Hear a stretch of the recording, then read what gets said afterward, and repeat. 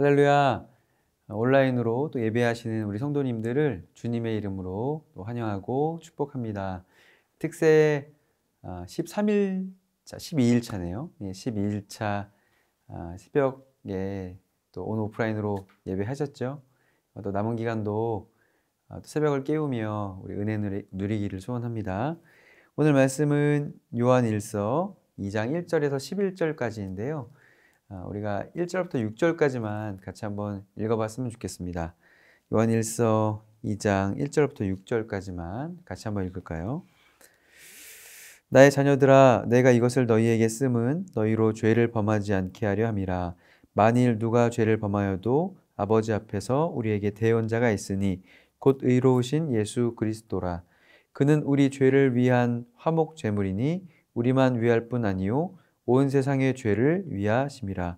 우리가 그의 계명을 지키면 이로써 우리가 그를 아는 줄로 알 것이요 그를 아노라 하고 그의 계명을 지키지 아니하는 자는 거짓말하는 자요 진리가 그 속에 있지 아니하되 누구든지 그의 말씀을 지키는 자는 하나님의 사랑이 참으로 그 속에서 온전하게 되었나니 이로써 우리가 그의 안에 있는 줄을 아노라. 마지막 6절입니다.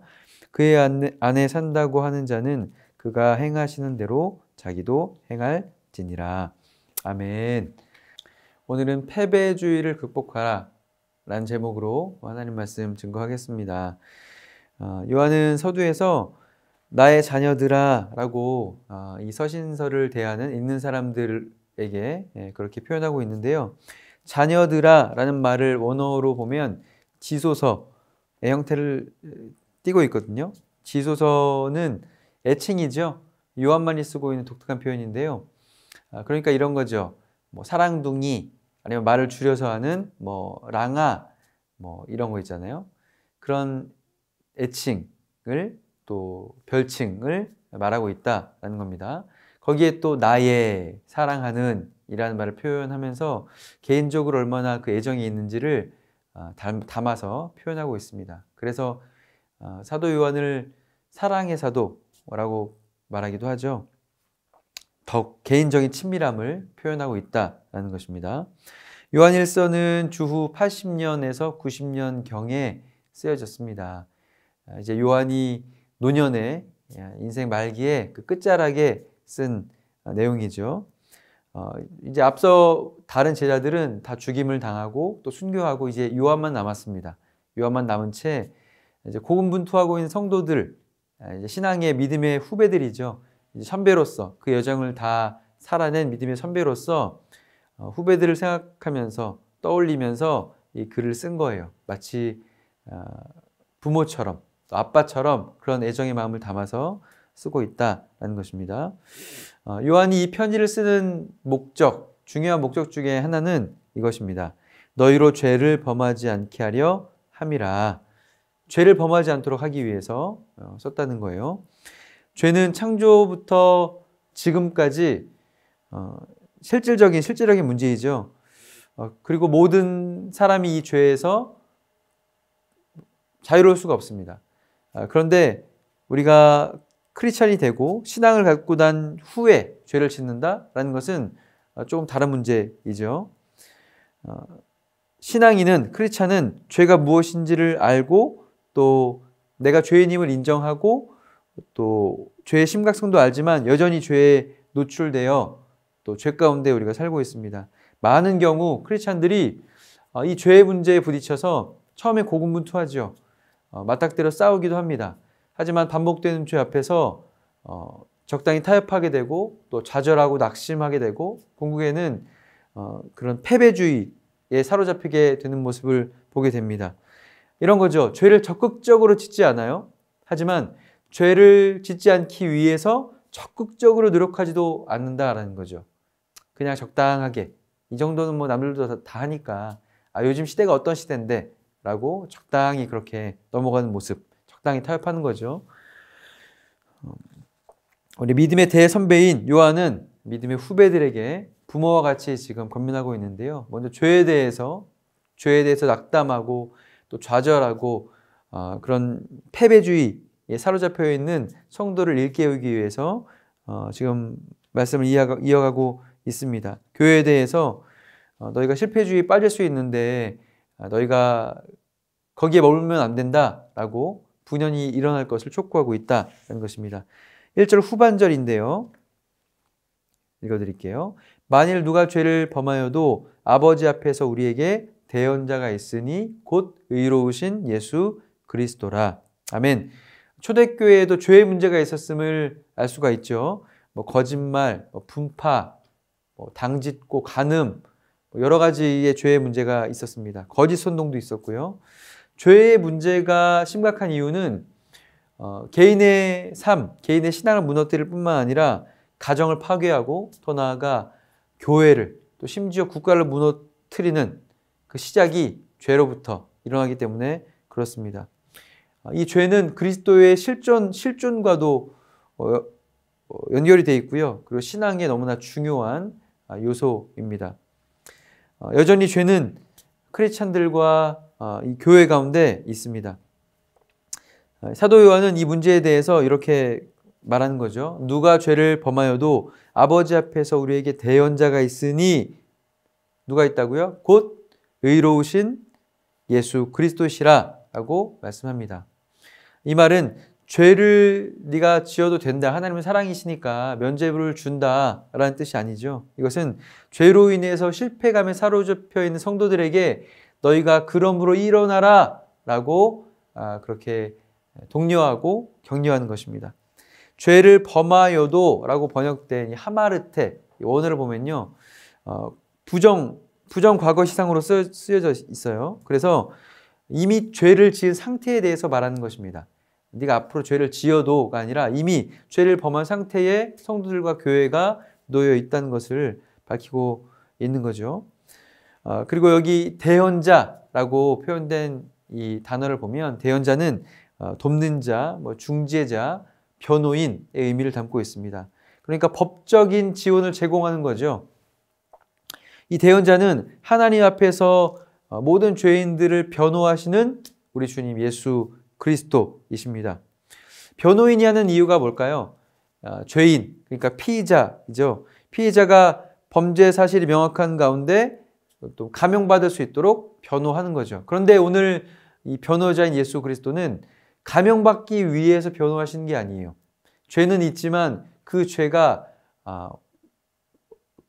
완전히 몇 년 감형 정도가 아니라 완전히 무죄로 입증되도록 돕는 분이 예수 그리스도이시다라고 선언하고 있는 것입니다. 무죄를 위해서 변론하시는 거예요. 어떻게 이게 가능할까요?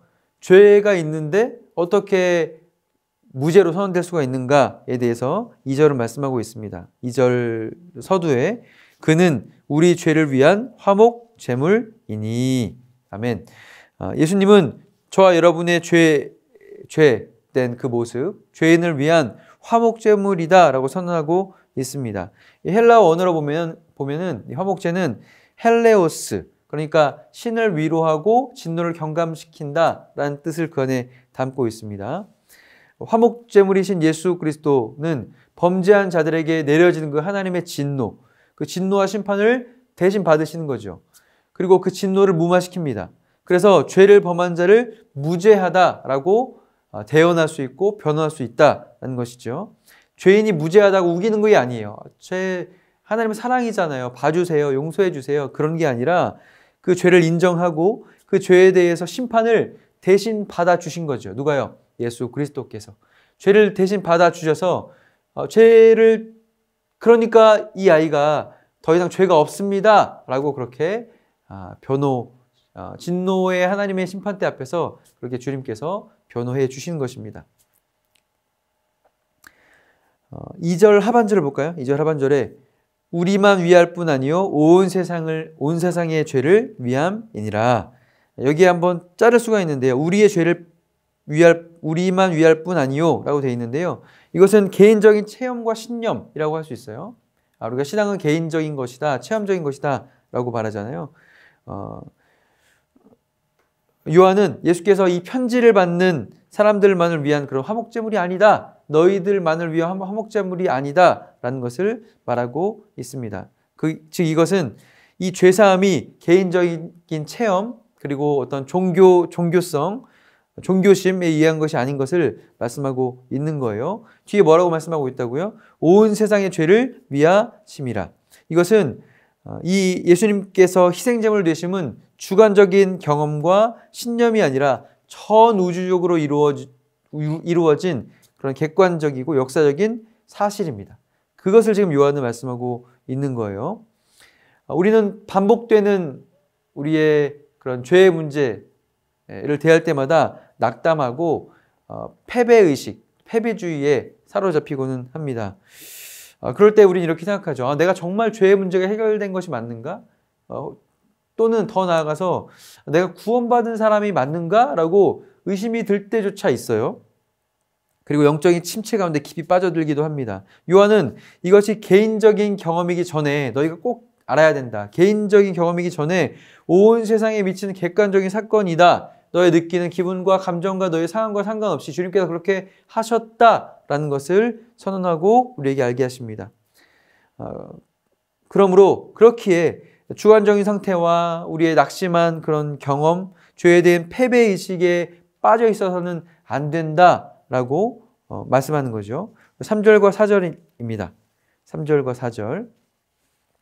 우리가 그의 계명을 지키면 이로써 우리가 그를 아는 줄로 알 것이요 그를 아노라 하고 그의 계명을 지키지 아니한 자는 거짓말하는 자요 진리가 그 속에 있지 아니하되. 아멘.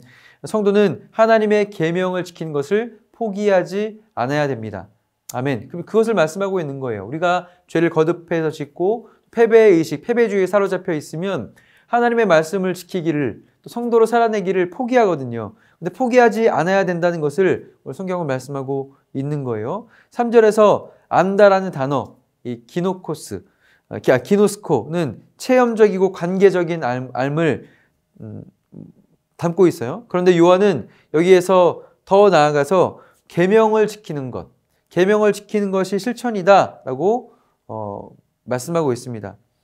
근데 이것이 선후의 관계로 나오고 있지 않아요? 하나님은 하나님과의 관계적인 체험으로부터 자연스럽게 실천이 나온다.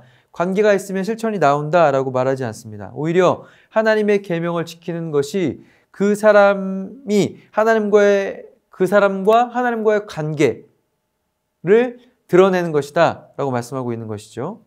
하나님이 느껴지지 않는 주관적인 경험이 우리가 계명을 실천하지 않는 정당한 이유가 될 수 없다라는 것을 말씀하고 있어요. 사랑하는 여러분, 우리가 죄로 인해서 실패감에 젖어 있을 때 계명을 지키는 적극적인 실천이 필요할 때가 있습니다. 우리가 행함을 통해서 하나님 안에 있다, 예수 그리스도 안에 있다, 하나님의 사랑 안에 있다라는 것을 그 주님과의 사귐이 있다는 것을 우리가 오히려 깨닫게 되는 그 은혜의 현장 가운데 우리가 나올 수 있기 때문에 그렇습니다. 하나님의 말씀을 지킬 때 그것이 하나님께서 나를 사랑한다라는 증거가 돼서 그 성도의 정체성을 다시 한번 깨닫게 하는 그 은혜를 우리가 누릴 수가 있다는 것이죠.